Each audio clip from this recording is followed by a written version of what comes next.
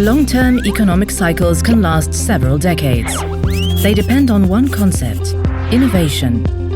Really disruptive key innovations are the ones that improve transport, communication, or energy efficiency, like steam engines led to railways, electricity to radio, oil to road transportation, the digital revolution to Netflix. So how do these key innovations spread into the economy? By borrowing. Debt pays for innovation, turning it into economic growth by creating new, cheaper products. Companies create jobs.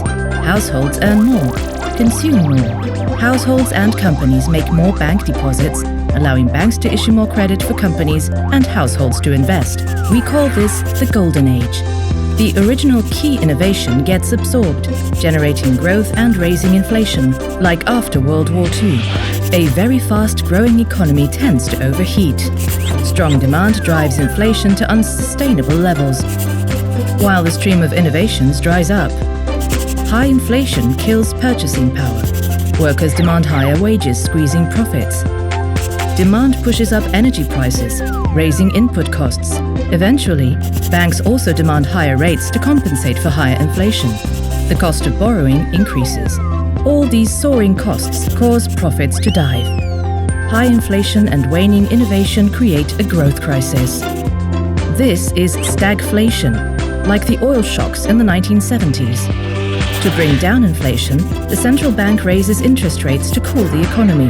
The higher cost of borrowing reduces the profitability of innovations. Once inflation is back on track, rates can decrease again. But banks want higher profits, so grant as much credit as they can, regardless, encouraged by light regulation. Debt makes households happy too. Borrowing makes financial markets rise, and companies produce more. Everyone is happy with this illusion of debt-fueled growth and falling inflation. We call this debt-spansion. But eventually, asset prices fall. Suddenly, there's too much debt. Everyone wakes up to a bigger hangover and switches from borrowing to repaying. This is stagnation. To help the private sector repay its debt, the state bails out banks and financial institutions and supports indebted companies and households.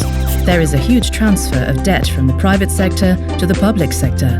The central bank lowers rates and buys government debt to make this transfer bearable for the government.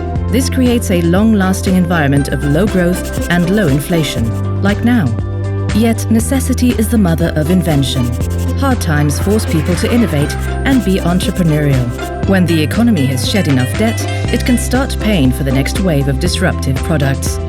This is a long-term economic cycle. Golden Age, stagflation, debt-spansion, and stagnation. Remember their names. They shape the world around you.